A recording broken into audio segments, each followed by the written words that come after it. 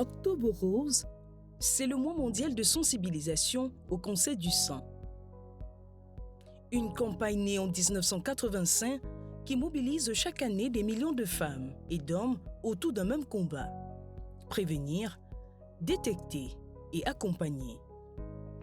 Au Cameroun, la maladie progresse silencieusement. Les chiffres sont préoccupants, les diagnostics souvent tardifs et les traitements hors de portée pour beaucoup. Aujourd'hui, nous vous amenons à la rencontre de Onela, une femme qui vit avec cette réalité au quotidien.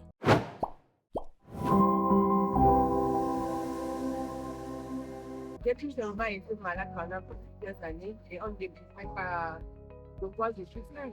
Mais tous les examens nous montraient qu'il n'y avait rien vraiment de sérieux.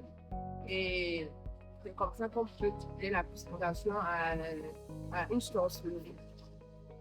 Quelques années après, j'ai rencontré un médecin qui m'a fait un gynécologue, bien sûr.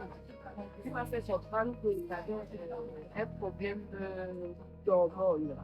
C'est comme ça que, puisque en parenthèse, je me plaignais du fait que les 5 ans, parfois, quand je pressais, quand je ne pouvais pas sonner, je pressais, je constatais qu'il y avait une chose.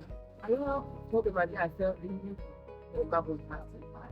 Au Cameroun, la mortalité du cancer du sein reste encore élevée. Les spécialistes recommandent un dépistage précoce pour une meilleure prise en charge. Je conseillerais vraiment à partir de 25 ans que chaque femme, ou même chaque homme, sache qu'il doit aller en consultation au moins une fois par an pour qu'on puisse examiner les seins.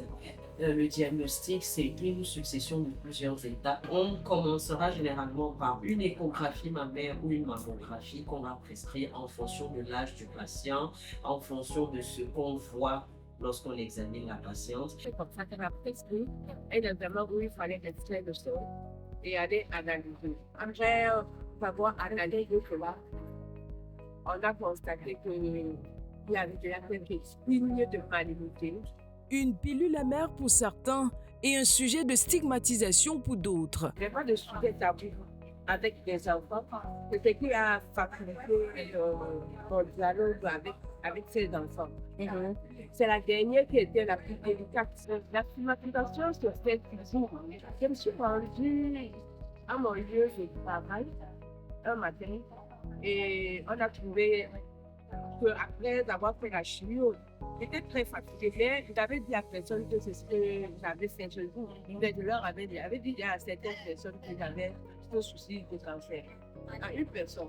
Mais je me rends compte qu'à un moment donné, elle se place avec d'autres personnes qui sont en train de me regarder. En parlant, tu sens qu'on est en train de parler de toi. Depuis l'adoption du plan stratégique national de lutte contre le cancer, plusieurs options thérapeutiques s'offrent désormais aux malades. Les différentes modalités thérapeutiques dans le cancer du sein, on va dire, c'est la chirurgie, c'est la chimiothérapie, c'est la radiothérapie, c'est les thérapies ciblées, c'est l'hormonothérapie. Tout dépend maintenant du type exact de cancer du sein, du stade de la maladie. Le protocole était utile, il devait faire les 3 semaines de chimio, c'était 230 pour 5 enfants.